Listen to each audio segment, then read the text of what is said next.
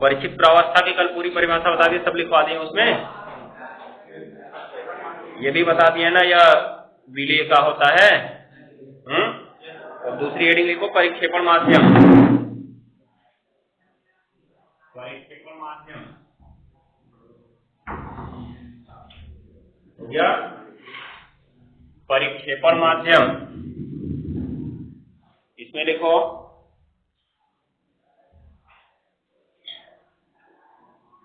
किसी कोलाइडी निकाय में वह प्रावस्था, किसी कोलाइडी निकाय में वह प्रावस्था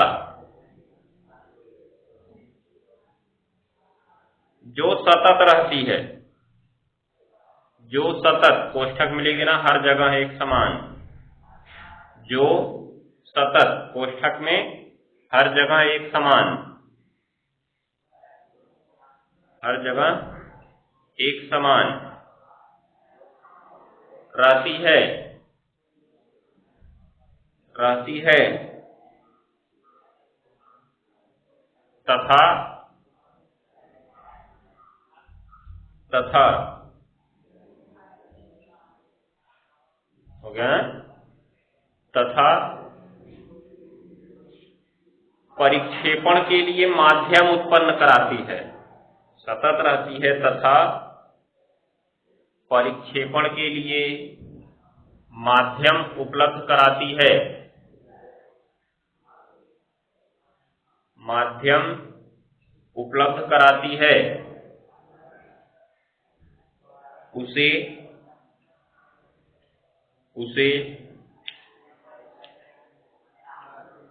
परिक्षेपण माध्यम, परिक्षेपण माध्यम कहते हैं। तो एक तो इनके नाम से ही छोटी सी परिभाषा तुम बना सकते हो। परिक्षिप्त प्रावस्था कहने का मतलब कोलाइडी निकाय में वह प्रावस्था जो परिक्षिप्त रहती है, हो गया ना।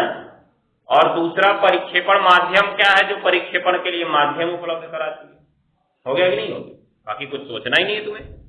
अब विस्तार करना चाहते हो तब उसमें लिखो कि तथा असतत होती है, सतत होती है, समझ गए। लेकिन अगर जल्दी से याद करना चाहते हो, नहीं याद कर पा रहे हो पूरा विस्तार से, बस यही इनके नाम से ही याद कर लो कि परिक्षिप्त अवस्था क्या होगी। कोलाइडी निकाय की वह प्रावस्था जो परिक्षिप्त रहती, क्या कहलाती है? परिक्षिप्त अवस्था कहलाती है। बस इतना रख लो, यह विलेय की होती है। किसकी होती है? विलेय की। दूसरा परिक्षेपण माध्यम क्या है?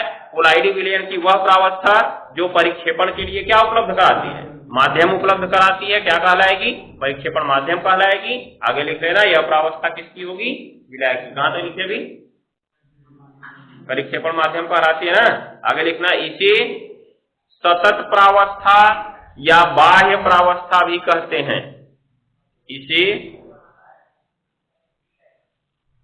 सतत प्रावस्था या बाह्य प्रावस्था भी कहते हैं।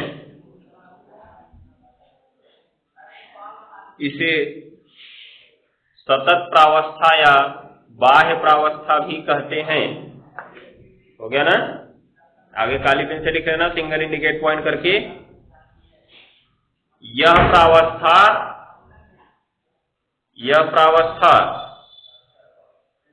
किसकी होती है? विलायक की होती है। यह प्रावस्था विलायक की होती है। यह प्रावस्था विलायक की होती है। हो गया ना। ये चीज को ध्यान में रखना है।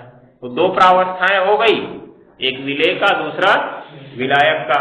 नाम से ही स्पष्ट है, जो माध्यम उत्पन्न कराएगा विलायक, और जो उसमें जाके परिक्षिप्त होगा वो क्या? विलेय। ठीक है। तो अब क्या करते हैं? ये तो हमने पढ़ लिया, परिक्षिप्त अवस्था और परिक्षेपण माध्यम। अभी एक चीज और ध्यान दो, इसमें एक शब्द आया था कोलाइडी कण, आया भी? लिखवाया भी ऊपर वाले में, लिखवाया ना, कोलाइडी कण। तो अब कोलाइडी कण किसे कहेंगे? ये ध्यान देने वाली बात है। कोलाइडी कण किसे कहेंगे? तो एक अर्थ निकल के आता है, जो कोलाइडी परास में होते हैं कोलाइडी कण कहलाते हैं। कोलाइडी परास में होने का मतलब ऐसे कण जो कोलाइडी विलयन बनाते हैं क्या कहलाते हैं? कोलाइडी कण कहलाते हैं। अब सोचने वाली बात है, कोलाइडी कण ऐसा तो हमने कह दिया, लेकिन इनका कुछ आकार तो होता होगा, इसलिए अब हमको आकार के आधार पर डेफिनेशन करना है कि कोलाइडी कण क्या होते हैं। उस आधार पर जब हम कोलाइडी कण का डेफिनेशन पढ़ेंगे तो दो चीजें और निकल के आएंगी, एक वास्तविक विलयन और एक निलंबन। समझ गए? मतलब एक कोलाइडी कण अर्थात कोलाइडी विलयन आएगा और दूसरा आएगा वास्तविक और तीसरा क्या आएगा? निलंबन। इनको हम आकार के आधार पर पढ़ेंगे, इनका परिभाषा कैसे होगी, अर्थात कोलाइडी कण किस परास में होते हैं, ये सबसे ज्यादा इंपॉर्टेंट है। कोलाइडी कण किस परास में होते हैं, कोलाइडी कणों का परास क्या होता है। समझ गए?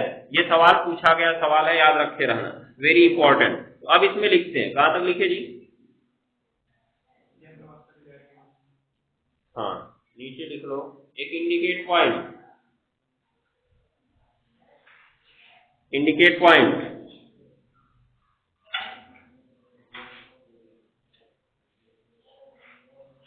कोलाइडी अवस्था में,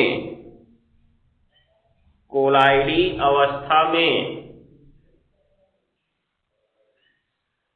कोलाइडी अवस्था में, कोलाइडी अवस्था में हो गया ना, कणों का पृष्ठीय क्षेत्रफल, पृष्ठीय क्षेत्रफल, पृष्ठीय क्षेत्रफल सर्वाधिक होता है, सर्वाधिक होता है।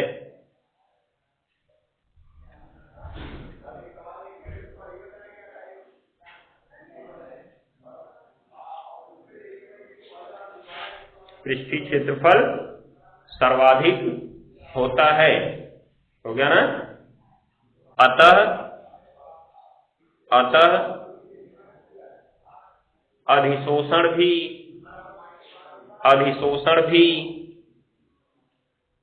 अधिक होता है, अतः अधिशोषण भी अधिक होता है, हो गया। यही कारण है कि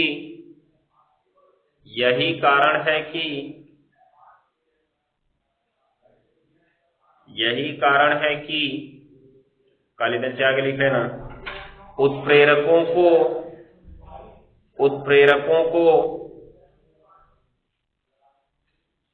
यही कारण है कि उत्प्रेरकों को कोलाइडी अवस्था में प्रयोग करने पर, कोलाइडी अवस्था में प्रयोग करने पर उनकी क्रियाशीलता सर्वाधिक होती है, उनकी क्रियाशीलता सर्वाधिक होती है, उनकी क्रियाशीलता सर्वाधिक होती है,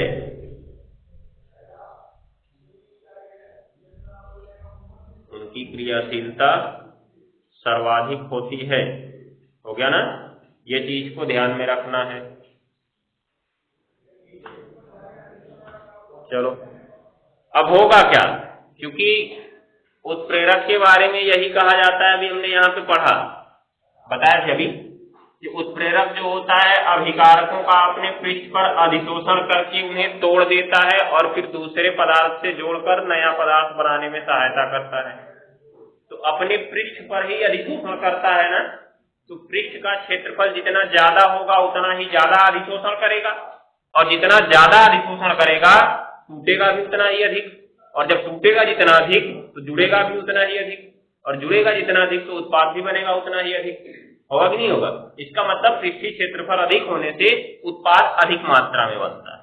अतः कह दें तो अभिक्रिया का वेग तेज हो जाता है, यह कहना गलत नहीं हो, क्योंकि जब उत्पाद ज्यादा मात्रा में बनने लगे तो अभिक्रिया का वेग तेज हो जाता है, नहीं हो जाता है। और उत्प्रेरक की परिभाषा भी हम यही पढ़े हैं कि उत्प्रेरक अभिक्रिया में भाग तो नहीं लेता है, परंतु अभिक्रिया के वेग को बढ़ा देता है। सामान्य रूप से ही परिभाषा होती है, याद रखे रहना। और क्या हुआ यहाँ पे, उत्प्रेरक देखो बीच में था, इसने जोड़ा, उनको तोड़ा, उनको फिर जोड़ दिया। अपने कुछ काम किया क्या? अपने बदला किसी में नहीं, जैसे वो था वैसे ही रह गया। इसके ऊपर जो चिपके थे वही टूटे और जुड़े, फिर उत्पाद में बदल गए। इसका मतलब उत्प्रेरक ने अभिक्रिया में भाग नहीं लिया। समझ गए? अधिशोषण सिद्धांत में ऐसा माना जाता है कि उत्प्रेरक की क्रिया विधि इस प्रकार की होती है। लेकिन भिन्न भिन्न जब सिद्धांत प्रयोग किए जाते हैं, हम कार्बनिक रसायन में जाएंगे तो ऐसा माना जाता है कि उत्प्रेरक क्या करता है, वो भी क्रिया करता है और कार्बनिक यौगिक माध्यमिक उत्पाद बनाता है, उसके बाद फिर टूटता है, तब हमारा अंतिम उत्पाद बनता है। तो ये अलग अलग सिद्धांत की अलग अलग अवधारणा है। जैसे अभी हमने पीछे पढ़ा था, रासायनिक बलगति में पढ़ा कि जो अभिक्रिया है अभिकारकों के टकराने से होती है, टक्करवाद सिद्धांत है ना। अब यहाँ पे पढ़ रहे हैं कि अभिक्रिया इस अधिशोषण के माध्यम से तेज हो रही है। तो अब क्या हुआ, हर जगह के अलग अलग सिद्धांत हैं अपने, जैसा उन्होंने बनाया उसी हिसाब का सिद्धांत दिया। ठीक है, क्योंकि अभिक्रिया में हमको वेग पढ़ना था, अणुओं का टकराना पढ़ना था, इसलिए वहां पे टक्करवाद सिद्धांत दे दिए और बोल दिए कि जो अभिक्रिया होती है अणुओं के टकराने से होती है। क्योंकि वहां पे उनको सक्रियण ऊर्जा की चर्चा करनी थी, दहली ऊर्जा की चर्चा करनी थी, इसलिए उन्होंने ऐसा सिद्धांत दिया। यहाँ पे हमको किसकी चर्चा करनी है? पृष्ठ की चर्चा करनी है, सतह की चर्चा करनी है, अधिशोषण की चर्चा करनी है, इसलिए यहाँ पे ऐसा सिद्धांत दे दिया गया कि उत्प्रेरक की क्रियाशीलता इस प्रकार से होती है, अपने ऊपर जोड़ता है, फिर तोड़ता है, फिर जोड़ता है। ठीक है ना, ये चीज को ध्यान में रखना, इस प्रकार से इनका काम होता है। तो आगे बढ़ते हम लोग। अब नीचे लिखेंगे एक और इंडिकेट पॉइंट, उस पे इंपॉर्टेंट लिख देना इस पॉइंट पे। क्या लिखे इसमें? पूरा किए इसको? हैं? क्या लिखे पूरा?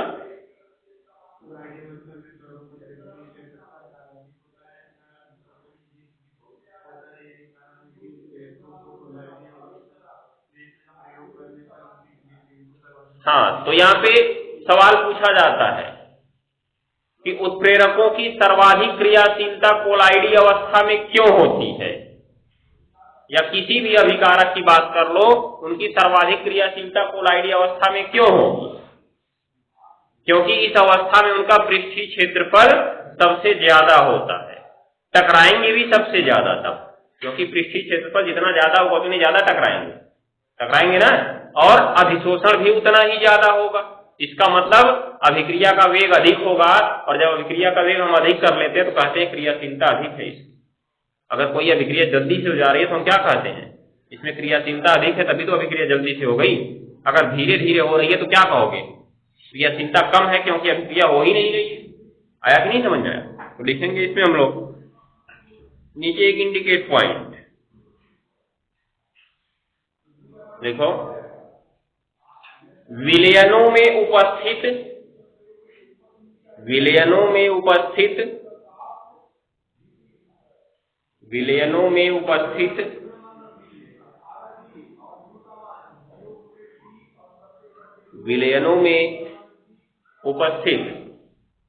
हो गया, विलयनों में उपस्थित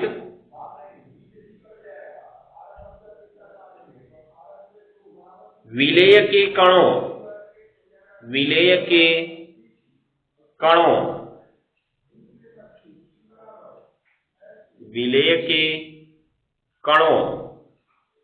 के आधार पर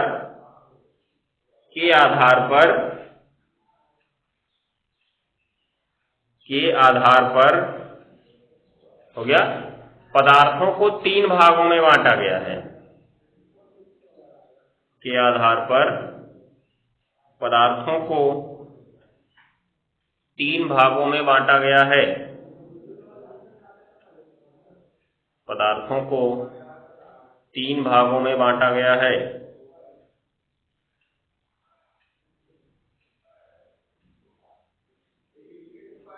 पदार्थों को तीन भागों में बांटा गया है। हो गया ना, ये चीज को ध्यान में रखना।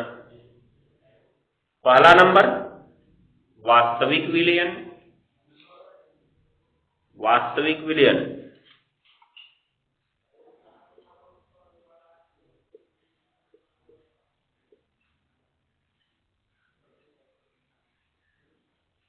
दूसरा नंबर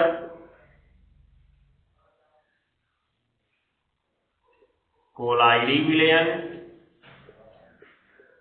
या निकाय। बात एक सही। तीसरा नंबर निलंबन, निलंबन हो गया ना, नाम ऊपर नीचे लिखे हो ना। तो एक काम करना, इनके कोष्ठक में ही लिख देना 10⁻⁻7 सेंटीमीटर से कम, 10⁻⁻7 सेंटीमीटर से कम हो गया ना।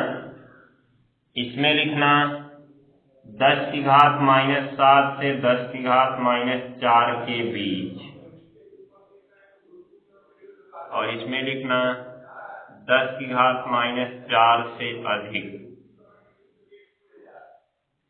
एक काम करना, ये वाली में या एक और लिख लेना 10⁻⁻7 से 10⁻⁻5 के बीच, कहीं कहीं ऐसा भी दे दिया जाता है।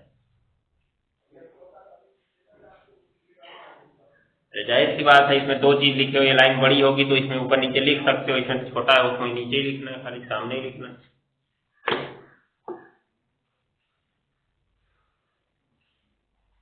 यहाँ पे लिखे रहोगे तो कणों का आकार पकड़ने में आसानी होगी। अभी परिभाषा में पुनः इनको लिख रहे हैं हम, लेकिन जब यही नाम में लिखे रहोगे तो जल्दी याद कर लोगे। दो चीजें ही तो याद करनी है, एक 10⁻⁻7, एक 10⁻⁻4। ठीक है, अगर 10⁻⁻7 देखो, दो चीजें याद कर लो, ये 10⁻⁻7 और 10⁻⁻4 हो गया ना।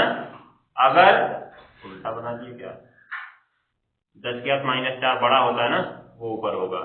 अगर इससे कम है तो क्या होगा जी, वास्तविक होगा। इसके बीच में है तो क्या होगा, कोलाइडी होगा। और इसके ऊपर है तो क्या होगा, निलंबन। तो क्या कुछ याद करना है, दो ही चीजें तो याद करनी है तुम्हें, 10⁻⁻7 और 10⁻⁻4। अगर 10⁻⁻7 से कम है तो क्या, वास्तविक।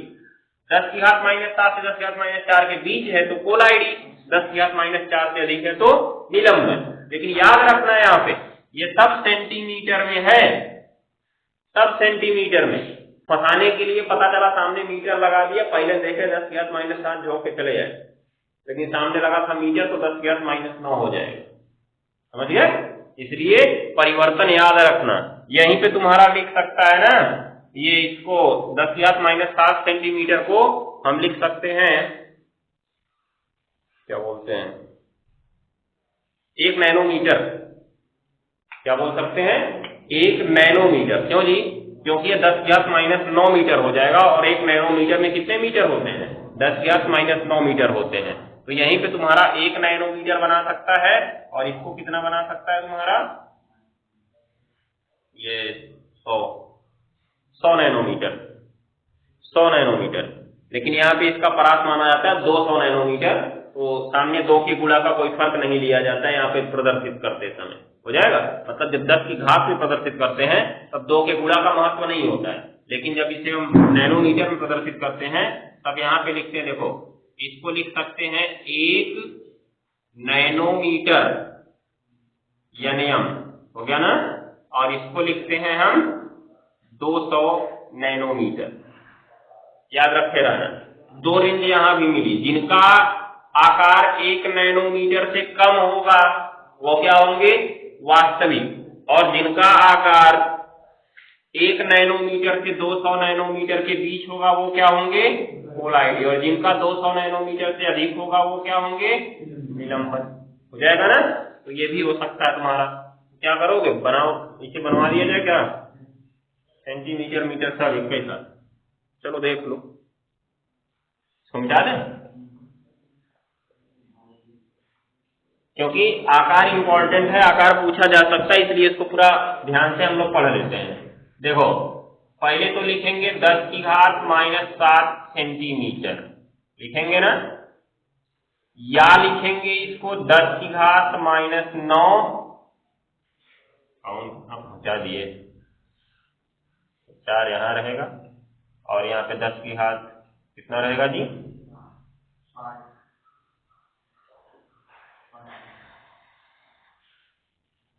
6 जाएगा ना मीटर में। 10⁻⁻5 वाले पढ़ेंगे क्या इसको? 200 तक पहुंचाना है।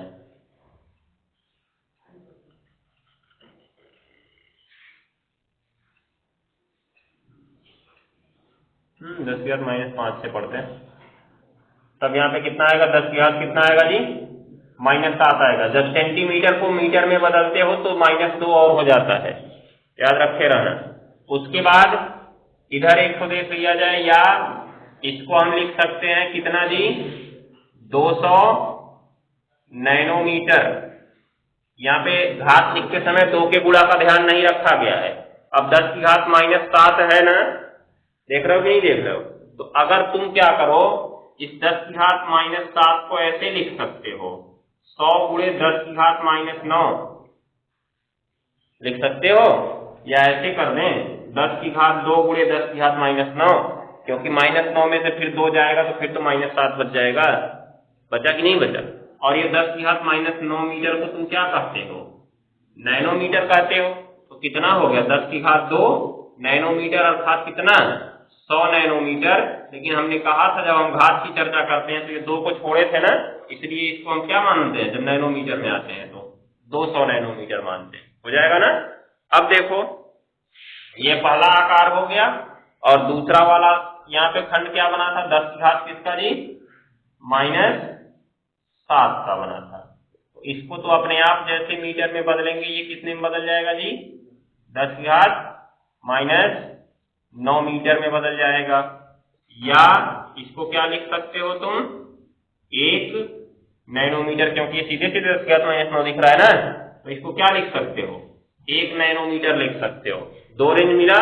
इसके बीच में होगा कौन सा विलयन? कोलाइडी विलयन। 2 नैनोमीटर नहीं, 2 नहीं, अरे कहने का मतलब यहाँ पे नहीं छोड़ा गया, केवल वहीं पे छोड़ा गया था। जब नैनोमीटर की चर्चा करते हैं तो परास ये लिया था 1 से 200, लेकिन जब घात की चर्चा करते हैं तो इसको ये नहीं लिखने जाते हैं 2 गुणे 10 की घात -5 और 2 गुणे 10 की घात -7। वहां पे केवल 2 छूटा था, यहाँ पे नहीं, याद रखे रहना। अब क्या हुआ? ये इतना बन गया। अगर इससे कम हुआ तो कौन सा विलयन होगा जी? वास्तविक विलयन। और जब इससे ऊपर अधिक हुआ तो क्या होगा? निलंबन। ये याद रखना, इधर अधिक है और नीचे क्या है? कम है, और यहाँ पे क्या है? बीच में है। हो जाएगा ना? ये भी याद रखे रहना। मतलब इससे अधिक है तो निलंबन, और इसके बीच में है तो कोलाइडी विलयन, और इससे कम है तो कौन सा विलयन? वास्तविक विलयन। याद केवल 2 ही चीजें करनी है, 10 की घात -5 या 10 की घात -4, और उसका 10 की घात -7। तो सवाल में अगर कहीं 10 की घात -5 दिया तो कंफ्यूजन में नहीं आना, वो भी सही है, और 10 की घात -4 दिया तो वो भी सही है। ठीक है, याद रखे रहो, नोट कर लो इसको, तब आगे इनका पूरा विस्तार करना शुरू करें।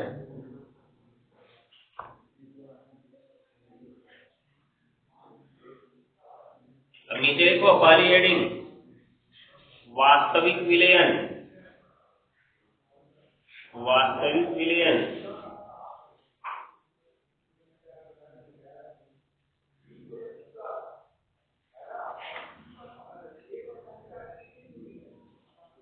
वास्तविक विलयन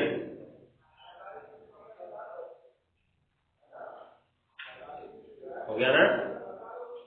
देखो, ऐसे विलयन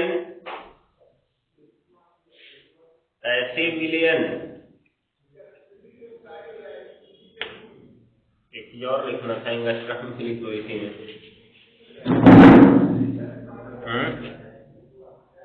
नहीं लिखोगे?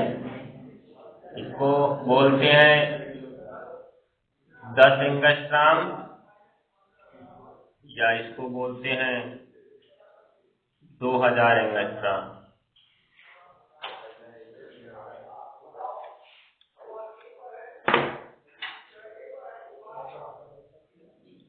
अब देखो इसमें ऐसे विलयन हो गया ना, जिनमें विलेय के कणों का आकार विलेय के कणों का आकार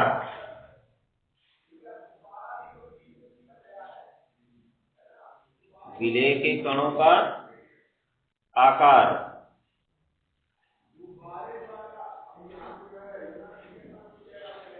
विलेय के कणों का आकार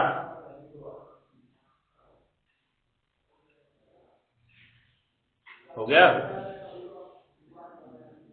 10⁻⁷ सेंटीमीटर 10⁻⁷ सेंटीमीटर कोष्ठक में लिख देना 1 नैनोमीटर 1 नैनोमीटर से कम होता है से कम होता है से कम होता है हो गया क्या कहलाते हैं वास्तविक विलयन कहलाते हैं वास्तविक विलयन कहलाते हैं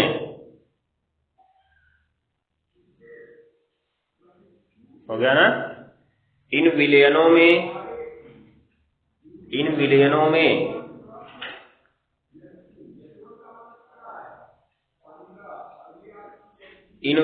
में हो गया जी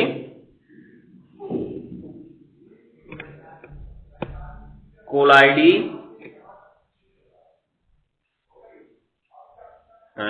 कोलाइडी बोल रहे हैं इन विलयनों में विलेय तथा विलायक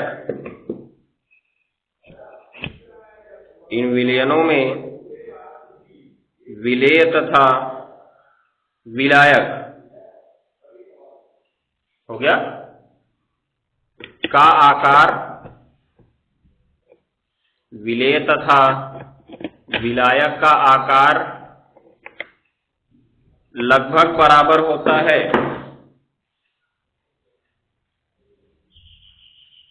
विलेय तथा विलायक का आकार लगभग बराबर होता है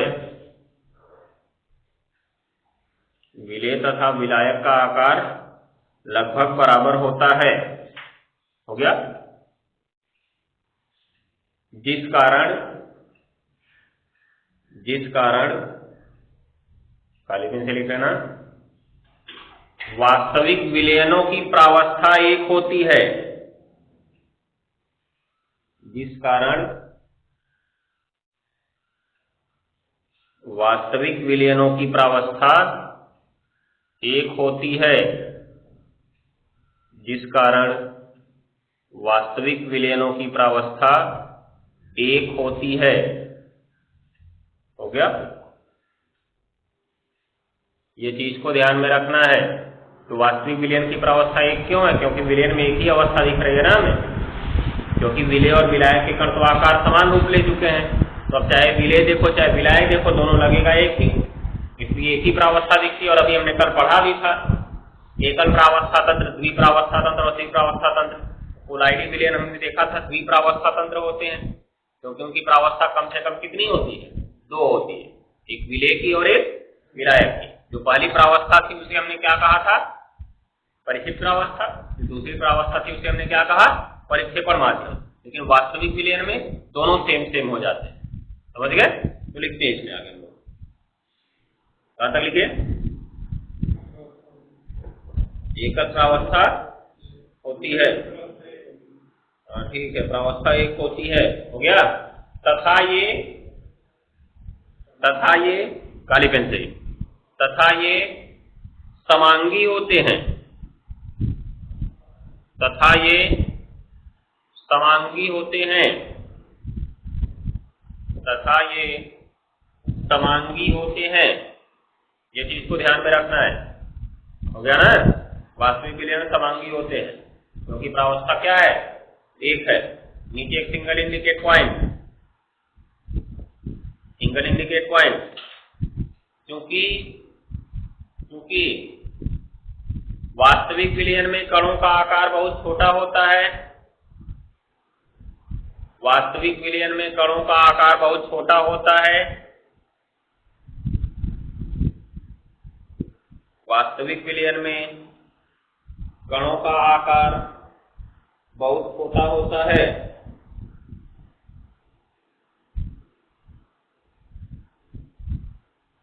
कणों का आकार बहुत छोटा होता है।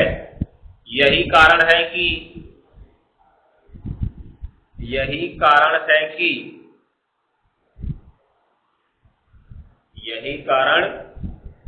कि ये चर्मपत्र झिल्ली से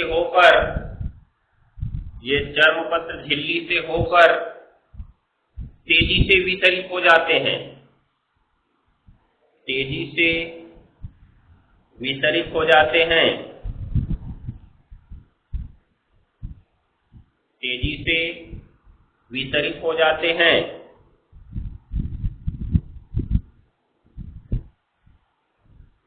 हो गया ना?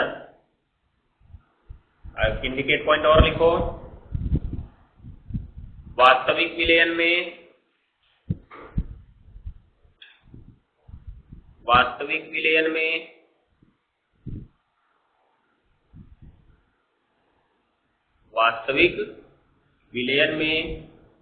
विलेय के कणों को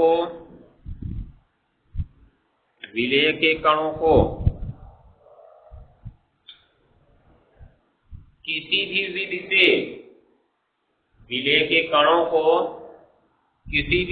से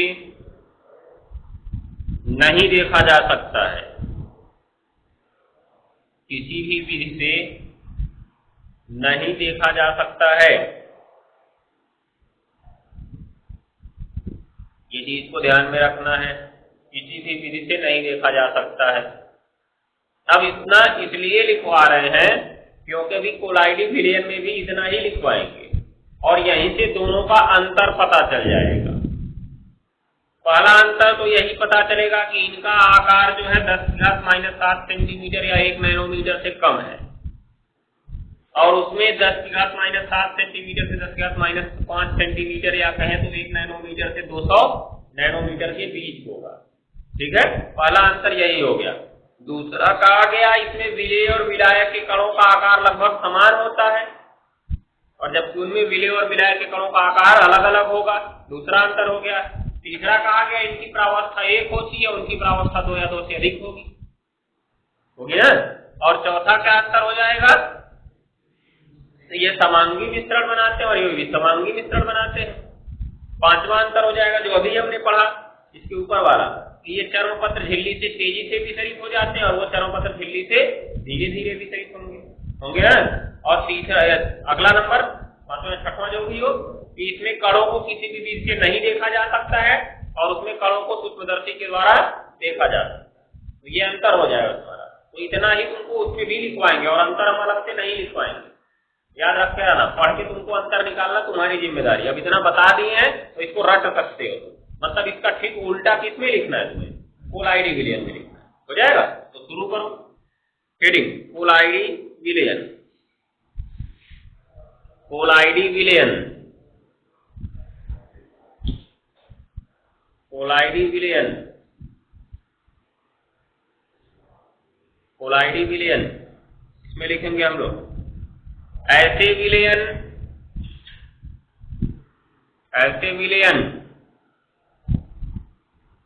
जिनमें विलेय के कणों का आकार,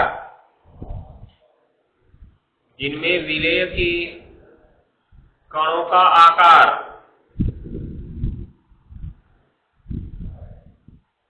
जिनमें विलेय के कणों का आकार हो गया जी, विलेय के कणों का आकार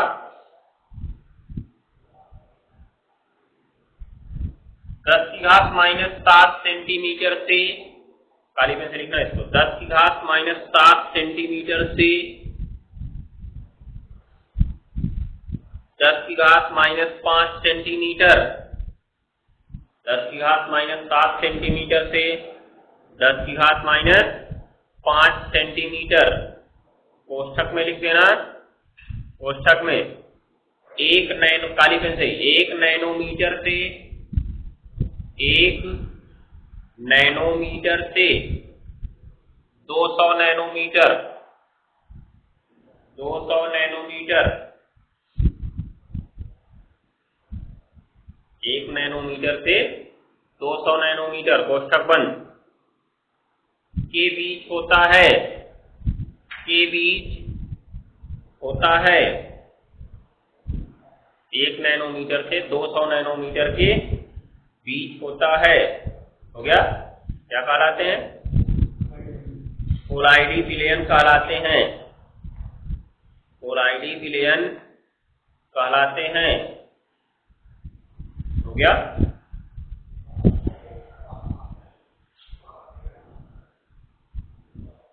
नीचे पैराग्राफ चेंज करके लिखो।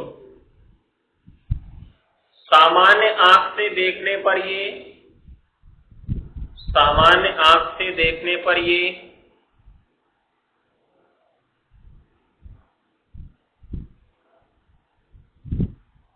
समांगी प्रतीत होते हैं, समांगी प्रतीत होते हैं,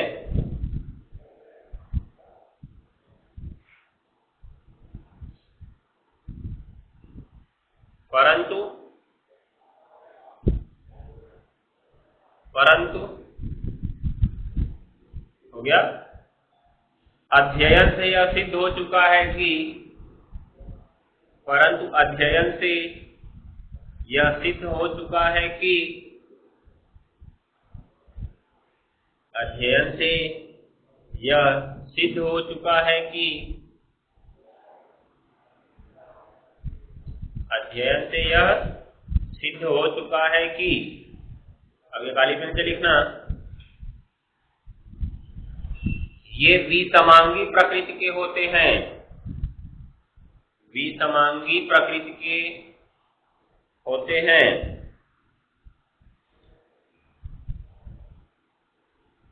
विसमांगी प्रकृति के होते हैं। हो गया? तथा इसमें, काली पेन से लिखना, तथा इसमें, तथा इसमें विलायक के कणों का आकार, विलायक के कणों का आकार विलेय के कणों के आकार से, विलेय के कणों के आकार से छोटा होता है, छोटा होता है। हो गया ना? ये चीज को ध्यान में रखना है। आगे काली पेन से ही, अर्थात इनकी प्रावस्था कम से कम 2 होती है, इनकी प्रावस्था कम से कम 2 होती है, इनकी प्रावस्था कम से कम 2 होती है।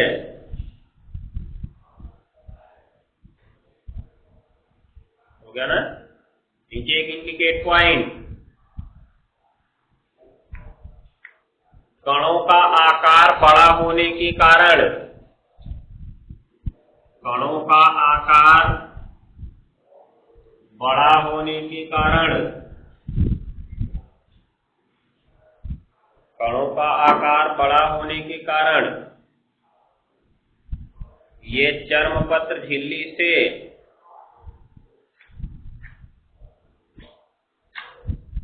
ये चर्मपत्र झिल्ली से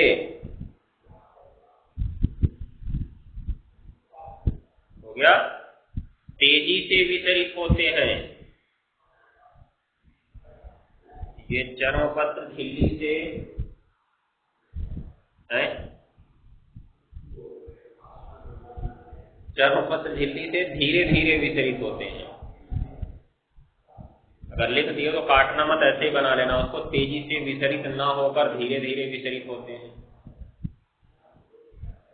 चर्मपत्र झिल्ली से तेजी से वितरित ना होकर धीरे धीरे वितरित होते हैं, या सीधे लिख सकते हो चर्मपत्र झिल्ली से धीरे धीरे वितरित होते हैं।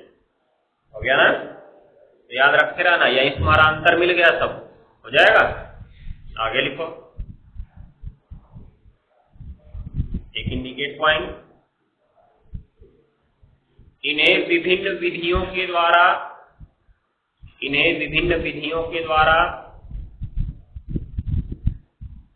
अलग अलग देखा जा सकता है,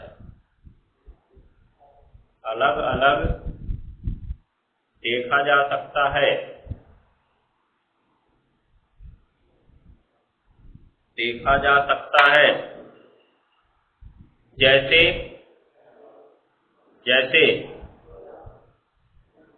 गोंद का जलीय विलयन, जैसे गोंद का जलीय विलयन,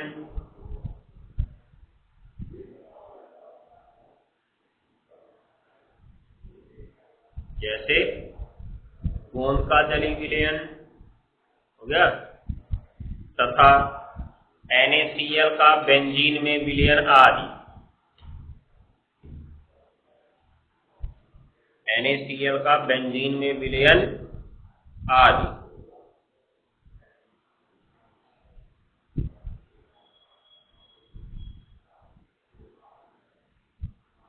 हो गया ना? बस तीसरी हेडिंग लिख लो अब।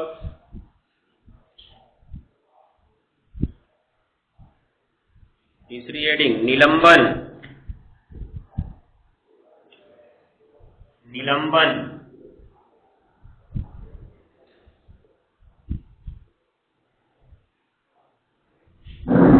देखो, ऐसे विलयन जिनमें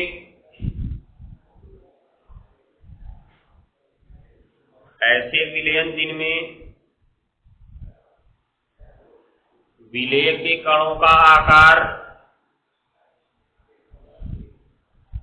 विलेय के कणों का आकार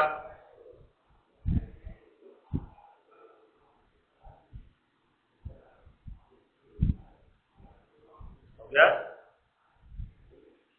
10⁵ सेंटीमीटर, 10⁵ सेंटीमीटर, हाँ 10⁻⁵, उसका पिंड थोड़ी बनाना है। 10⁻⁵ सेंटीमीटर कोष्ठक में लिख लेना, या 200 नैनोमीटर, 200 नैनोमीटर से अधिक होता है, से अधिक होता है, 200 नैनोमीटर से अधिक होता है। हो गया? क्या कहलाते हैं? निलंबन कहलाते हैं, निलंबन कहलाते हैं। हो गया? आगे लिखना, ये भी विसमांगी प्रकृति के होते हैं, ये भी विसमांगी प्रकृति के होते हैं।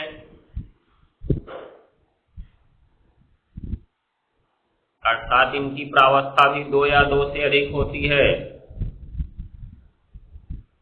अर्थात इनकी प्रावस्था भी 2 या 2 से अधिक होती है।